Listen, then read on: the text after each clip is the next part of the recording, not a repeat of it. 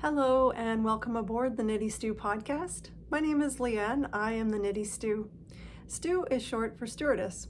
I am a Canadian flight attendant and a knitter, and this is my YouTube channel where I combine those two things and elements of my life and bring you on the road with me and show you the local yarn scene and footage of the Canadian cities that I have the opportunity to stay in when I lay over as part of my job as a flight attendant. So thank you so much for being here. Welcome if you are new, and welcome back to anyone who's been here for a while and following the channel. So glad you're all here today. I am also wanting to make sure that I mention that I can be found, in addition to here on YouTube, for anyone who would like to like and subscribe and click the notification bell so you receive content notifications. I'm actually also very active as the Knitty Stew on Instagram, and my Ravelry is up to date. It is one of those things in my life that I'm actually on top of. I'm the Knitty Stew over there. I don't have a Knitty Stew group. It just feels like a little bit more administration, and so I don't. My Knitty Stew is all my projects, so anything I talk about on the channel today will be written in the description notes below the video if you click on more underneath there, and also links to all the patterns I talk about and people I mention. And also I have an email address if you want to kick it old school. I'm the knittystew@gmail.com. And also, if you are compelled to donate towards the podcast, I have a Ko-Fi account which is directly linked to my PayPal, which is linked to my Ravelry, and I buy patterns off of Ravelry, so that is also appreciated. And definitely 100% taking a page out of Casey from Young Folk Knits podcast. She has a wish list on her Ravelry, and people can go there and gift her a pattern. I love that idea. But anyways, please know that really your presence here and your engagement in this community is a total gift to me. Your time spent is your most precious commodity. So please know that that is gift enough. And yeah, without blah, blah, blah, let's get on to it. I am here today in a location where I have never been before. This is Windsor, Ontario, Canada. I will insert a picture so you can see the flight path that I took to get here. I would like to acknowledge that I'm podcasting today on the traditional territory of the Three Fires Confederacy of First Nations, comprised of the Ojibwe, the Odawa, and the Potawatomi peoples. I am grateful to be here on this last weekend of June. It is the long weekend coming up here. July 1st is Canada Day, so for many, I would say it is the official kickoff of summer, and it was the perfect temperature here today though. It was 25 degrees Celsius.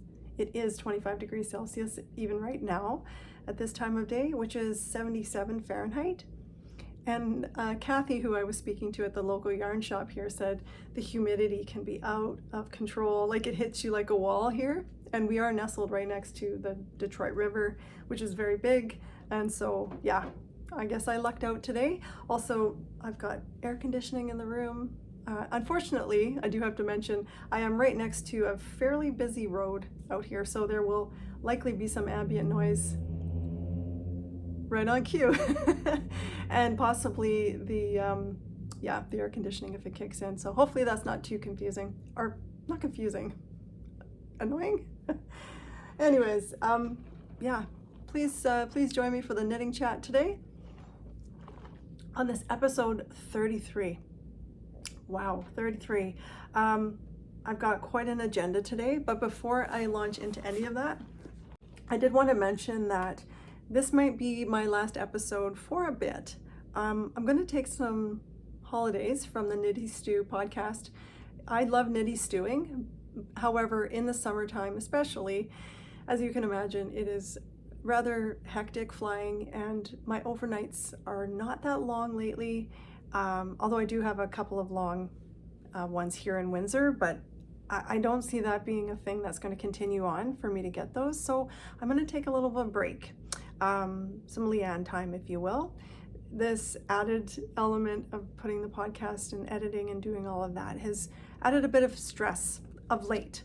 However, I really love making these videos, and I think the whole essence of my podcast is that I can bring you on the road with me. You know, much to people's surprise, it's not the packing of the stuff and like bringing it along. It's that causes, you know, it to be somewhat of a challenge at times. That is a piece of cake. The problem is having the time to sit and chat, and also the editing when I get home, and bidding and getting overnights that are long enough for me to do so. So I am just gonna take a pause, and I hope you'll join me back here when I return. So thank you for your understanding there. Okay, without further ado, on the episode today, surprise, first number is that we are going to draw a new winner for the Mussels on the Beach sock set. The winner did not contact me, and I think it's been a solid, like it's been a while. So I went ahead and drew a new winner, which I will do first and foremost. Then I have 3 finished objects that I'm going to discuss. I have footage here from Windsor, so I can't wait to show that to you. Then we'll come back here and discuss my out of control OOC whips. I have 7 whips. What? Like, who am I and what is going on in my life? So yeah, we're going to talk about those. However, it's not going to be a 100-hour-long episode. I've only got 4 active whips, and the other 3 that are at home I didn't bring. So, and then I'll just chat real quick about 3 items on the Knitty Stew queue that I'm particularly psyched about starting. And then I have to wind it down because I do have a 4:20 wake up call tomorrow, so it'll be a quick episode today. Maybe, we'll see.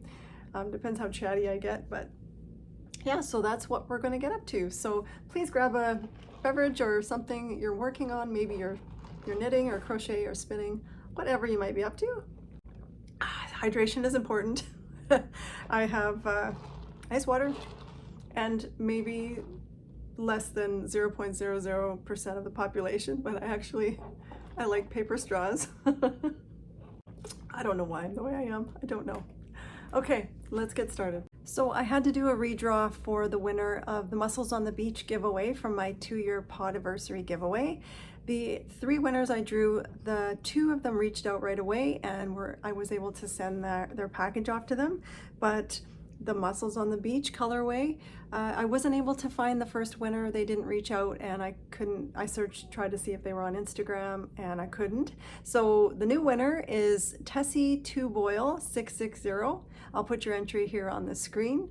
Congratulations to you. If that is you, please email me at theknittystew@gmail.com, and I will send you your Mussels on the Beach. Thanks everybody again for entering, and on with the rest of the video. All 3 of my finished objects are accessory knits, and I think part of the reason for that is spinning.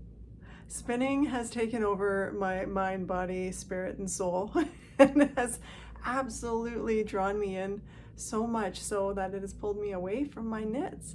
And it took the addiction that I have to color work, specifically Fair Isle, to draw me away from practicing my spinning, which I'm very new to spinning. I tried it last summer with an e-spinner. Didn't quite have a love affair, started to get it a little bit using a little e-spinner nano, and then was reintroduced to this wheel process through my sister and my friend Tracy, who both were spinning in front of me. So I tried a Lendrum, and as a result of that, I have gone ahead and I've purchased myself a spinning wheel, and I got the Ashford Kiwi 3, and it has arrived. It actually arrived while I'm here in Windsor, so my husband and I have date night plans to assemble my spinning wheel on Saturday when I get back. So anyways, see, I even started talking about spinning, and I'm supposed to be talking about knitting. I do apologize, because, okay, I have to do this right now. When I was not spinning and people would talk about spinning on the knitting podcast, I'd be like, don't talk about spinning. But it came for me. I don't know what to say. So anyways, just know I understand if you're like rolling your eyes at the spinning. It sucked me in, and I have fallen down the rabbit hole. Okay, finished object number 1 is my Islesburg Tory hat, which is the Shetland Wool Week hat for this year. It is the 15th annual Shetland Wool Week, which is an event that happens in Shetland every year. And this year's hat has this ram motif. Sorry, I'm just trying to find the back. Oh, it's good when I can't find that. And it is a beautiful colorwork pattern that was so fun to knit, very addictive. There it is. You can really see the rams in this light and in this color. I have been on a mission to knit the perfect Shetland Wool Week or light fingering weight. This is made with Jamieson and Smith 2-ply, and it's very soft, very comfortable to wear, but it's about 1 inch and 1.6 inches too high for me, in my opinion. So even though I did modify it based on the other Shetland Wool Week hats I've made before. So here's my situation. I have realized I'm a rather loose knitter since switching over to Chiaogu metal needles. So I put on my other Shetland Wool Week hat, and while I was wearing it, I used a metal needle. So I'm gonna show you what I did. And then on that other hat, I pinched how much too big it was, put the needle through, and then counted how many stitches I would have had to get rid of to make it fit better. So that's what I had done. And then I used those numbers to start this hat and this beautiful colorwork pattern. I did cast on 24 less stitches than the pattern called for, and I didn't do any increases for the body, which is something that you also are supposed to do. And I also omitted a little bit from one of the charts. Sorry, I'm getting it mixed up because, as you're going to see, I made a second one right away. Anyways, I did try and cut it down a little bit, but it's just that little bit too tall for me. And because it's Farrell and the floats are very close and short together, I didn't use my Norwegian thimble. There's my floats. Gosh, I love Farrell so much. And I know this is a bit taboo, but I tied my color changes, and then because it's so woolly, and when I wet felted it, or when I wet blocked it, I just kind of rubbed like this, and then the ends just sort of went in like that. I don't know. I just love Farrell. I love color work. The colors I chose, the pattern calls for different varieties of woolly wools, and I used the Jamieson and Smith, like I just had mentioned. You're supposed to have 5 colors. So I'm just reaching ahead on my fancy ironing board table there. That's where I keep all my things. And I used these colors, the dark brown. They're numbered colors, I think, for the most part, so I'll just have that all linked on my Ravelry. So these are the colors that I used, these 5, and very little of any of the colors other in the main one. Even I didn't, how much did I use of that? Let me just quickly let you know there. I only used 105 yards of that dark brown, which is my main color, and then little bits of the others. And it's a charted pattern. Like, you can't put it down. Like, I certainly couldn't put it down. I felt it was amazing, but because it was a little bit too long, it actually fits my husband pretty good. So the bigger the head, my head circumference is 21.5 inches. So maybe I have a bit of, I don't know, I think that might be average woman size, but it seems I like my beanies snug, though. I also have to mention that. So I do love this pattern, thanks to the Dual family, who they actually were announced as a family. I should read a little bit here. I bought myself the hard copy for my birthday, and so it has a little bit about the family, and the Dual family farm is called Islesborough, so they named the hat after that. And it was the daughter Anne, there she is, who designed the hat. And when I posted this on the Facebook, there's a little knit along, a little Islesborough Tory knit along, where some people have made like well over 3 and 4, so I don't feel bad casting on for just my second one. Yeah, she commented and she mentioned that maybe I could try using a smaller needle, especially for the decreases around the crown, which I should show off, by the way. It is stunning. Look at that.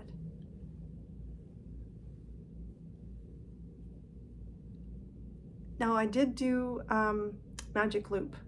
I started out using double pointed needles for the top star part, but I found it a little bit tricky for me, and I'm getting better and better at magic loop, so I used that, and I think it decreased very nicely.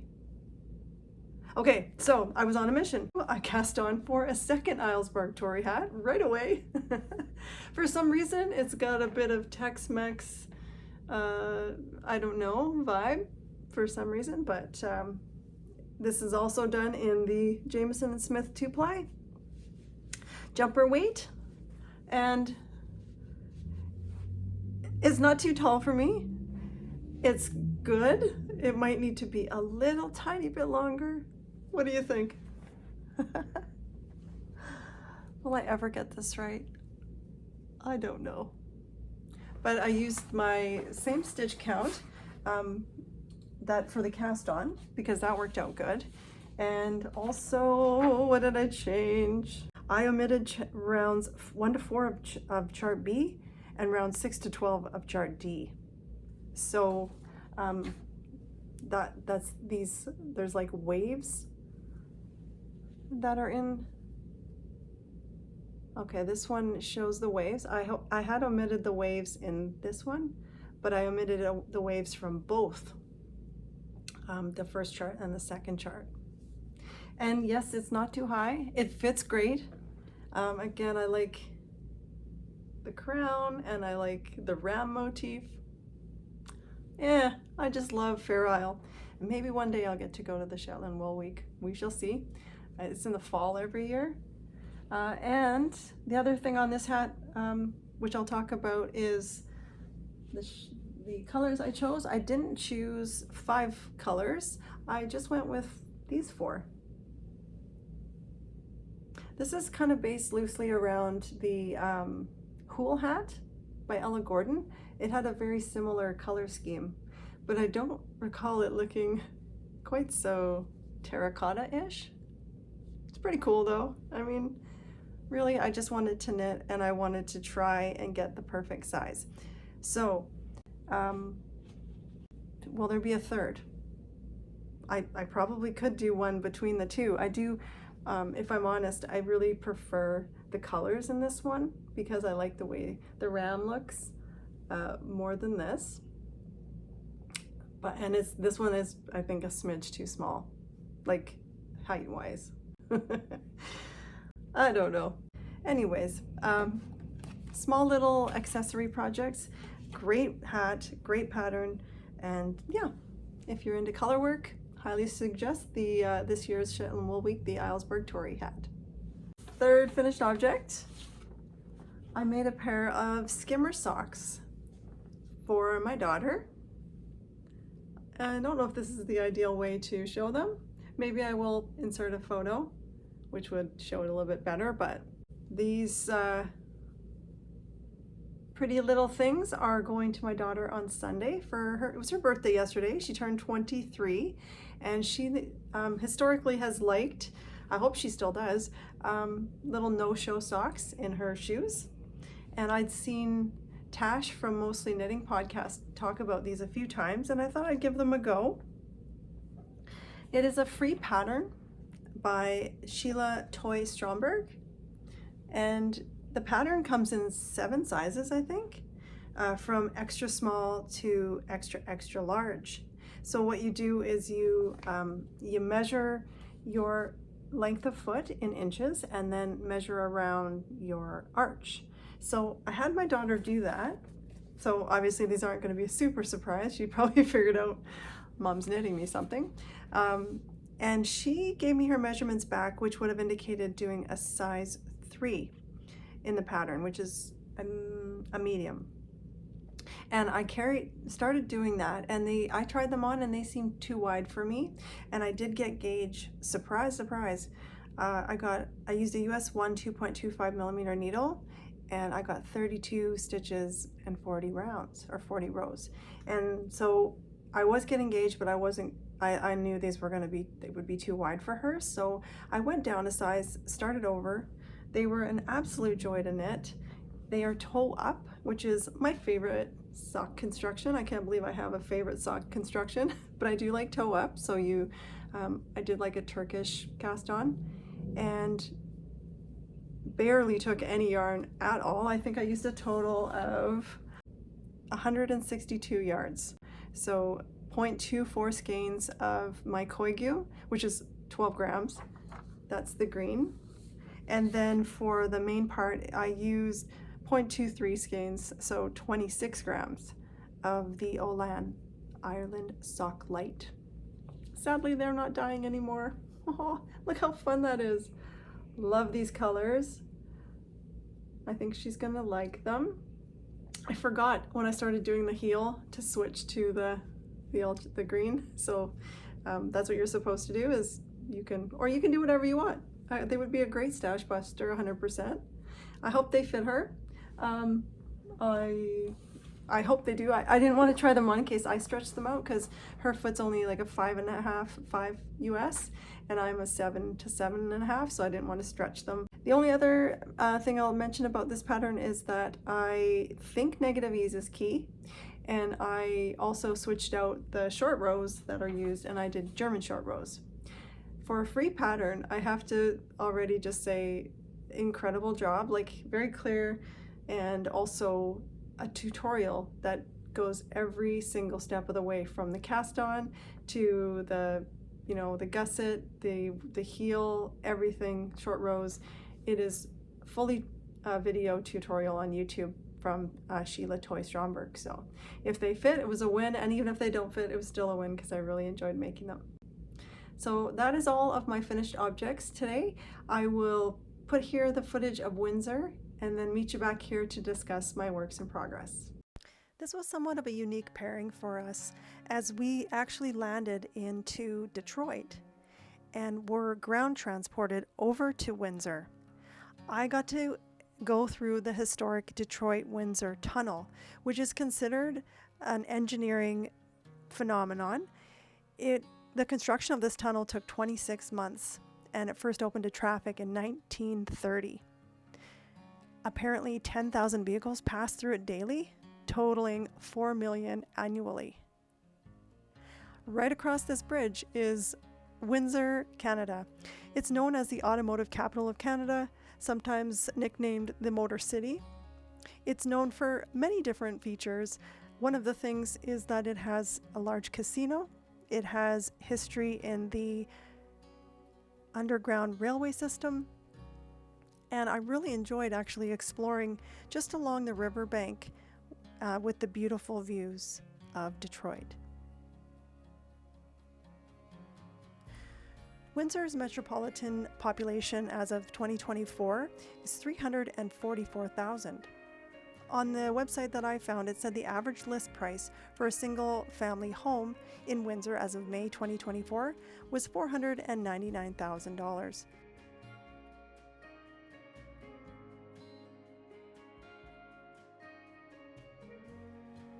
Windsor is Canada's southernmost city, right across the south bank of the Detroit River, directly across from Detroit, Michigan, USA, across the Ambassador Bridge. This is a very fun fact, I thought. Apparently, in the song by Journey, the famous song Don't Stop Believin', from 1981, when he mentions a boy born and raised in South Detroit, that would be Windsor.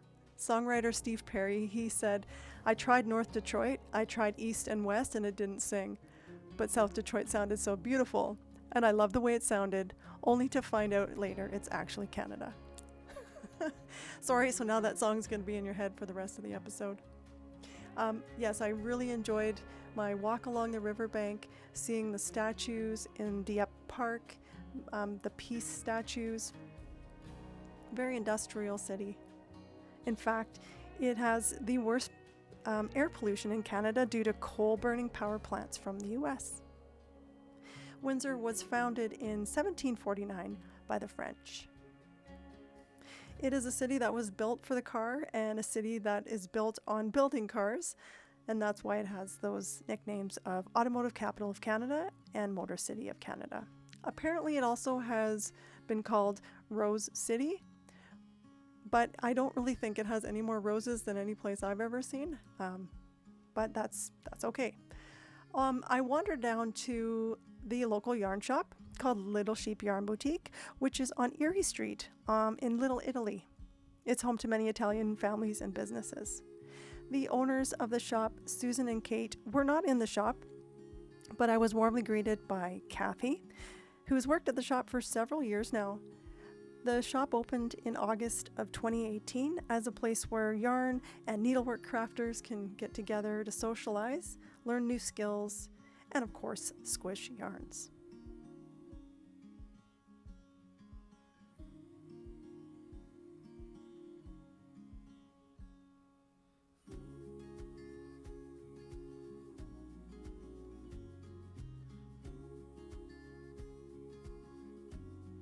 Little Sheep Yarn Boutique also has an online shop, which they were already getting started right when COVID hit. So they were able to continue with their online shop, curbside pickup, and whatnot. So they have that as well. And for locals, they have stitching socials on Wednesday evenings and Thursday afternoons. There are some surrounding area yarn shops. There's a place called Sue Two Knits and Yarn, which is about a 20-minute drive outside of Windsor in an outlying area called McGregor. And also a place I'd love to visit, which is in Kingsville, and it's called Shall We Knit, which is about a 41-minute drive from downtown Windsor. I think to see all that the Windsor and area Essex County has to offer, a car rental would be an ideal thing to do for sure. Perhaps next time I go back, I'll either come and sit and hang out with the lovely people here at the Little Sheep Yarn Boutique, or check out the surrounding areas. Of course, this wall here caught my eye because this is some Alberta dye here. This is Arcane Fiber Works, my friend Tyler from Southern Alberta.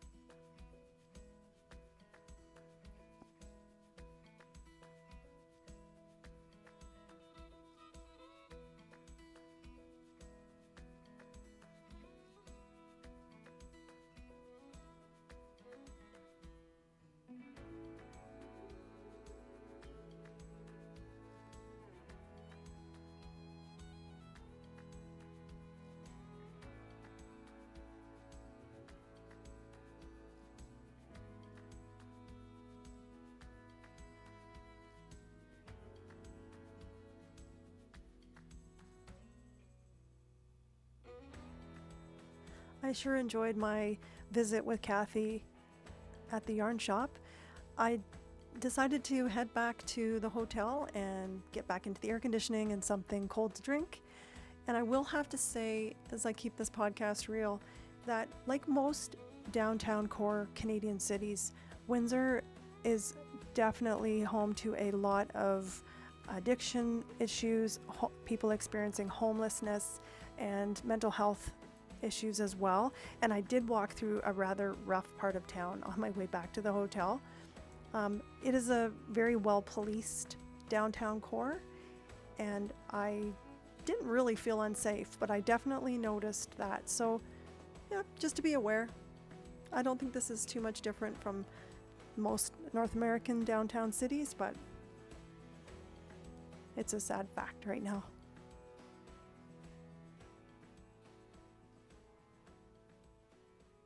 Welcome back. I hope you enjoyed the Windsor footage, and welcome to the Whip Parade.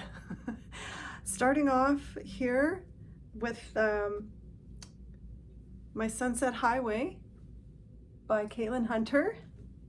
Oh, I wish it was done. So I'm going to put it on for you. I have decisions and choices to make. So let's just pop this on. There we go. Here is where I'm at. This color work, come on. Ah, okay. This is where I'm at right now. You will notice I've got some arms on a needle here because I need to decide how long I want it. I figured going into the arms next is the plan, but I blasted through this color work, absolutely could not put it down. And why? It's because I was very curious. I was on the edge of my seat. Like, is it possible to knit color work on fingering weight yarn with a US 4 3.75 millimeter needle, and for it to not show through and for it to look so cool? Apparently, yes, I have to trust the process. I was nervous about it, and it was going great for the first part. And then when it got where the floats were a little bit longer, I started to think, like, there's no way this, like, the black's gonna show through. And it didn't. So I did switch over. Let me just back up. Okay, Sunset Highway by Caitlin Hunter. I am knitting a size 2. My largest bust circumference, not around my upper bust, but my bust is 36.5 inches. And I am making my size 2 based on the numbers that I got from knitting the Zweig. And so I started with those cast on numbers and then found them in this pattern and decided to go with a size 2. I'm using a US 2 I use a US 2 for the collar, 2.75 millimeter, and then for the body I'm using a US 4 circular. My yarn choices I'll go over really quick because I'd rather tell you about this one as a finished object, but I think the colors, I was really trying to look very similar to the one that Caitlin Hunter made. And so I'm using this color by Amelia and Philomene, which is black, and in French, peut-être demain. I've been practicing. One of you reached out on Instagram and helped me with that. I hope I said that okay. So that's the black. And then for the dusty blue, which I really loved in the original sample, I didn't realize that it was more of a speckle, but it's Spring Ice by Blue Sky Fibers in the Woolstock Light, I believe, which is 100% fine Highland wool. And then for the kind of a minty green color, it's the hand-dyed. This is from Ginger Snap. And I use this, this is left from a pair of socks that I made, the Dune Grass socks that I made last year by Nancy Wheeler. And then for the body, I'm using Ponderosa, again by Olan, the No Longer Dying Studio from Ireland. This is their single, and oh my goodness, it's so soft and lovely, and I love the speckles. So it's going along really well, and once I finish the left arm, I figured I will know how much it's gonna pull up. As far as I am wearing a dress right now, so it would have been better if I would have been trying this on with jeans, because I think that's the look I'm gonna go for, is wearing this with jeans.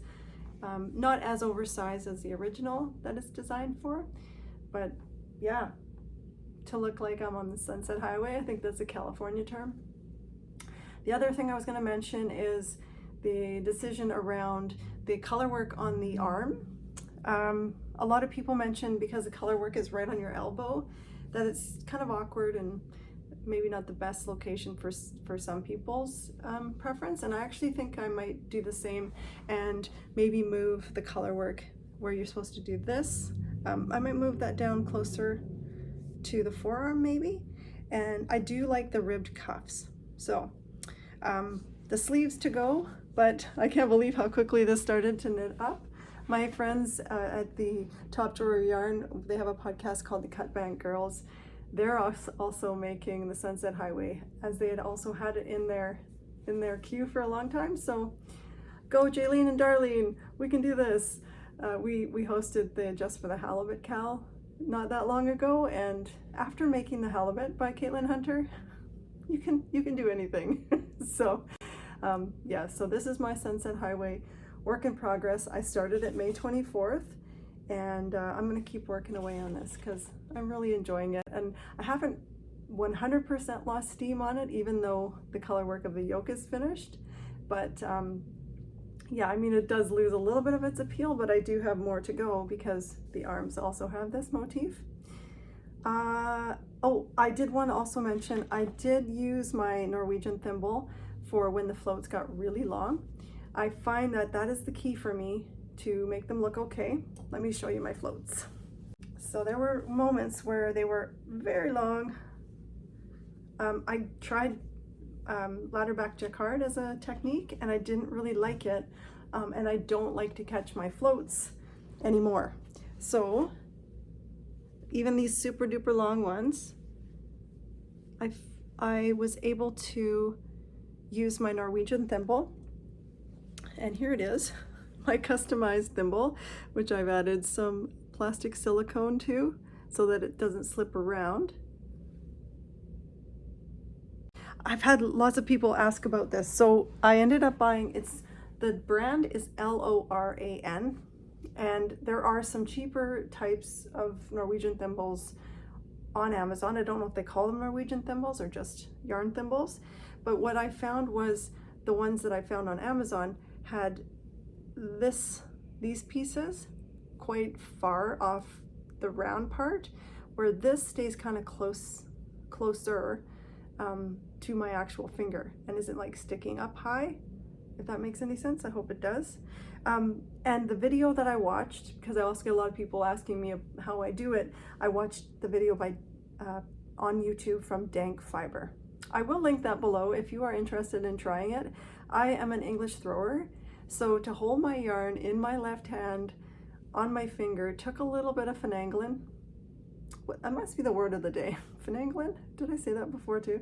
Anyways, it did take a little practice, but now when it comes to long floats, it's my jam. Shield your eyes for work in progress number 2.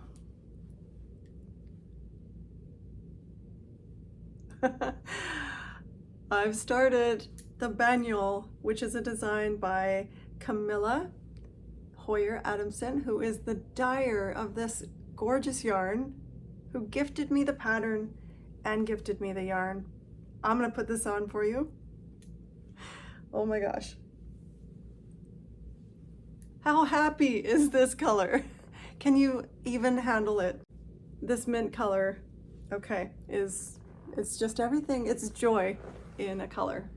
And I'm not any type of a color guru. This was 1000% inspired by all things Caleb.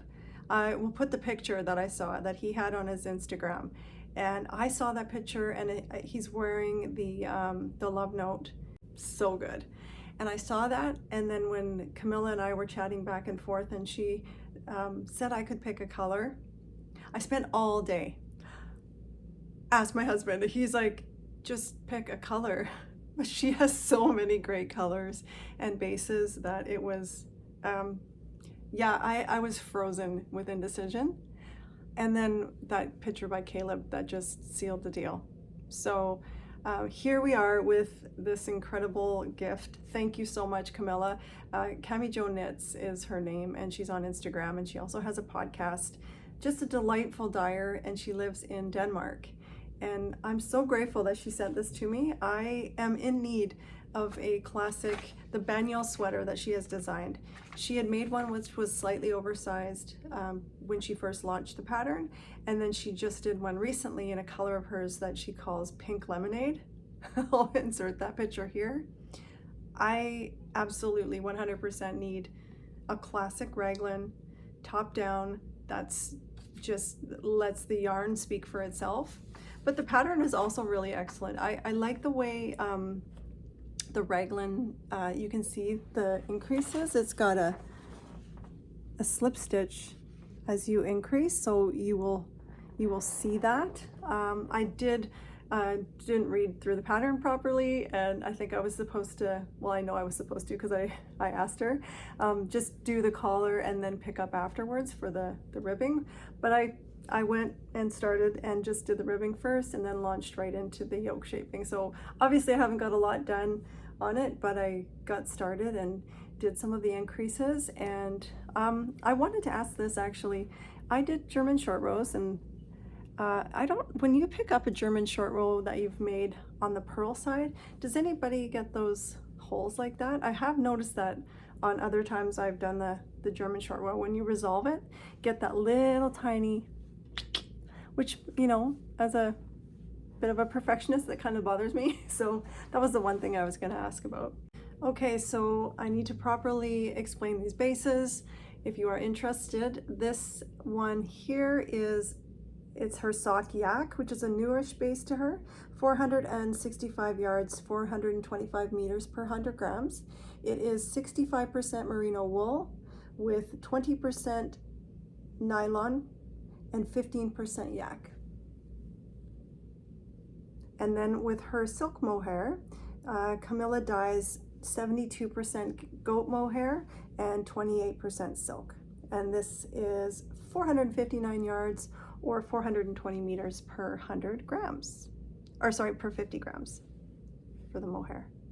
Warning, if you do order this, if you are in Canada, I don't know what it's like in the US, but Canada Customs, they made me come pick it up at the post office, and they charged me $21 customs. I didn't know that yarn or wool had customs charges, so just be aware of that.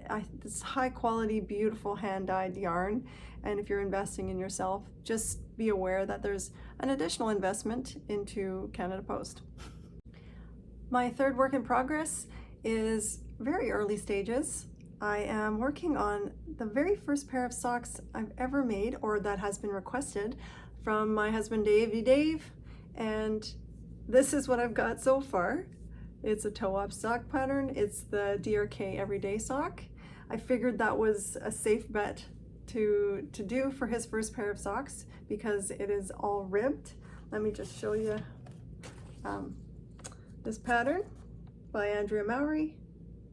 It has like 11 sizes, I believe, and I am making him the 10th size.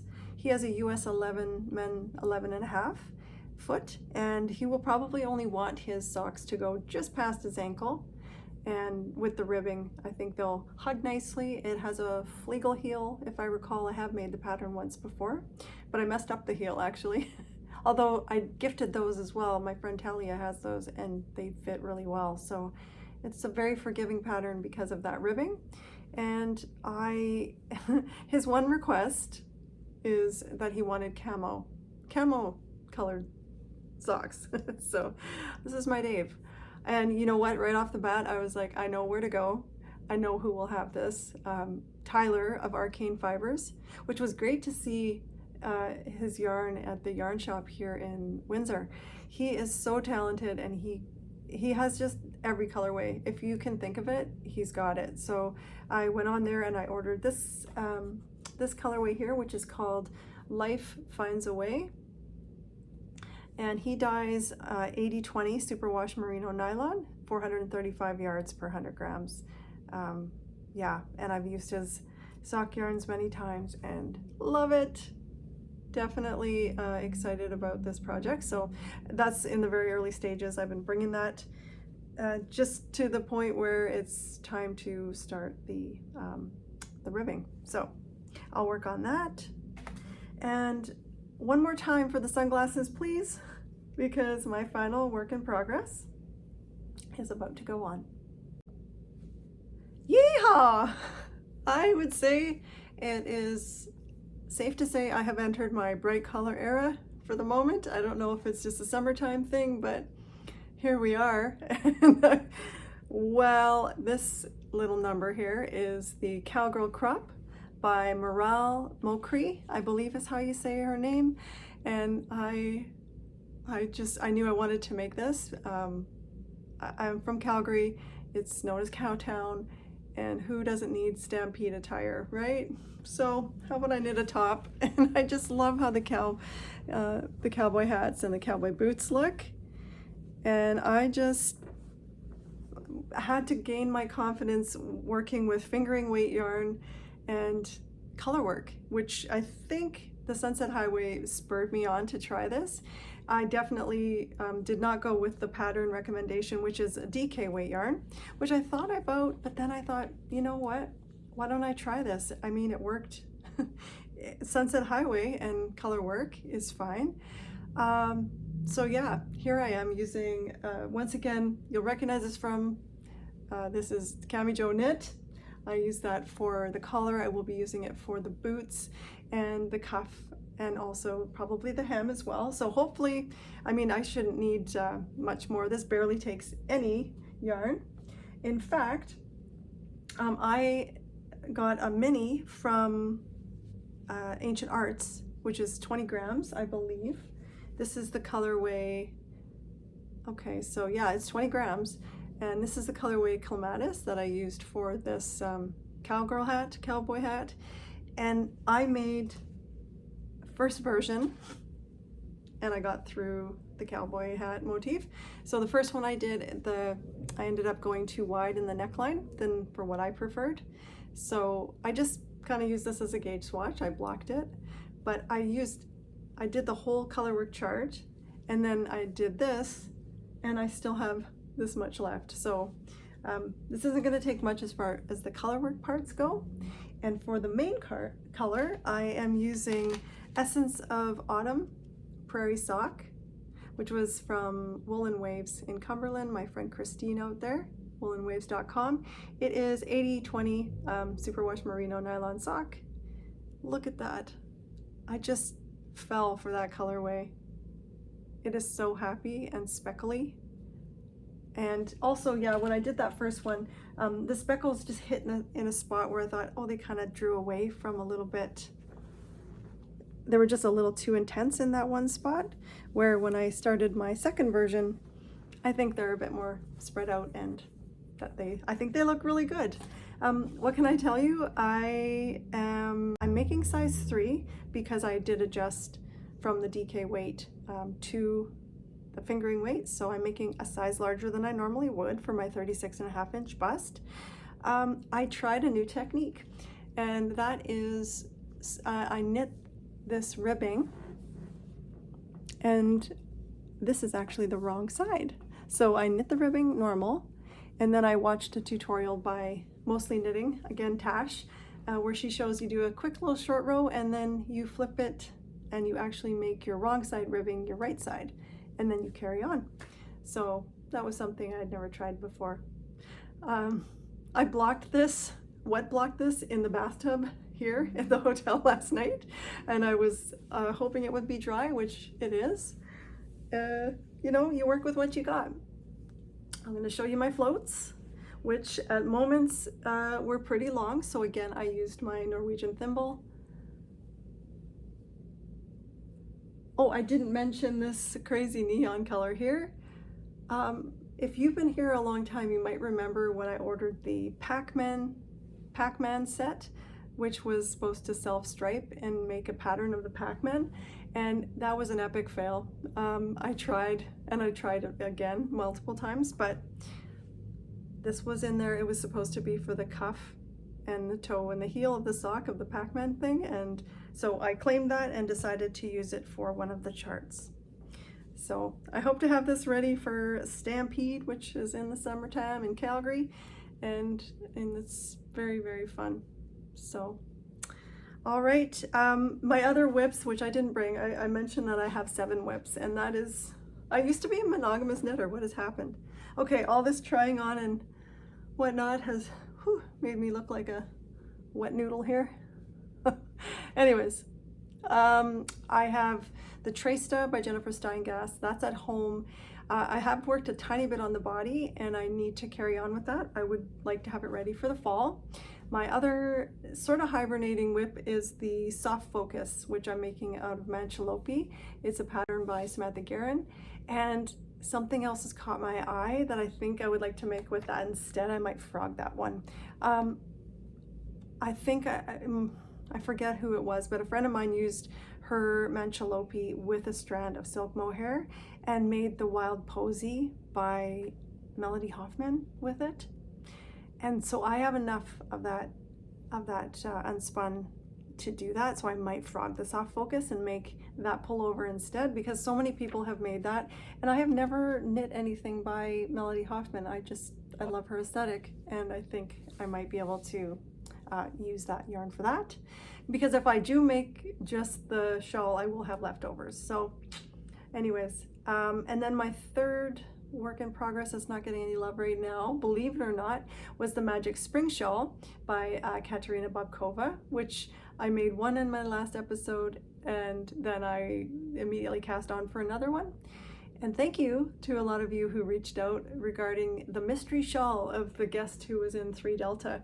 And a lot of you thought it was a shawl by Martina Bem, the Brickless shawl by Martina Bem. And it might have been. We'll never know. Thank you so much for your suggestions on that. I'm not sure if I will actually finish that spring shawl right now. I'm now sort of dealing with the sock love right now, so it might just sit there. That one little small whip doesn't bother me, but having 7, I mean, do I even have that many project bags? No, so I'll try and get some stuff off the needle. Sorry. And next up on my queue, this is what I'll finish with today. As you can see, I love my ranunculus. So I think it's time for a ranunculus that I could wear with a lot more things. Although I do wear this with everything, even though it's, Foggy City colorway. I was thinking of making a cream ranunculus, and I would like that ASAP. Because this one is starting to show wear, because I wear it so much, and I've got, little runs here and there, but I do love it so much. So I would like to cast on for another ranunculus. In addition, my cardigan goals for this year, and I wanted to make a summer cardigan, the Garden Cardigan by Anka Strick. I do have the pattern. I have a couple of yarn options that I'm looking at. One is I have BioBalance BC Garn, and I have that in a cream colorway, which I think would make a really nice garden cardigan. And my last item that is on my radar, it's not quite firmed up, but I have the idea of perhaps using like the Tesoro, which is from Heidi Kermeyer? Yes. No, Isabel Kramer. Oops. I'm getting tired, folks. I'm going to wrap this up. Yeah, by Isabel Kramer, and it is such a classic, wonderful t-shirt / shirt look, and I want to insert some color work into it because I've been on and on and on about trying to do stuff from the Knitted Kalevala book, but all of the patterns in there that I liked, in particular there's one called the Sulalu sweater, and it is bottom up. So I can't try it on, I don't like it, but I made the chart for the Sulalu, and I created it in a way that I can do it top down. So if I use, say, a classic pattern like the Tesoro and inserted the color work into it, I think that would satisfy me making something from the Knitted Kalevala. So anyway, those are my 3, I kind of really want to get them on the needles, but I will have to clear these others first because this is crazy town for me. I can't handle it. So that's everything I've got for you today, everyone. I want to thank you again for being here and always showing up, and your comments just bring me a great amount of joy. So thank you for your engagement. I'm going to wish everyone a safe and happy summer. And until I see you next time, I hope the skies are friendly. Please let me know what you're up to, and we'll see you next time. Thank you.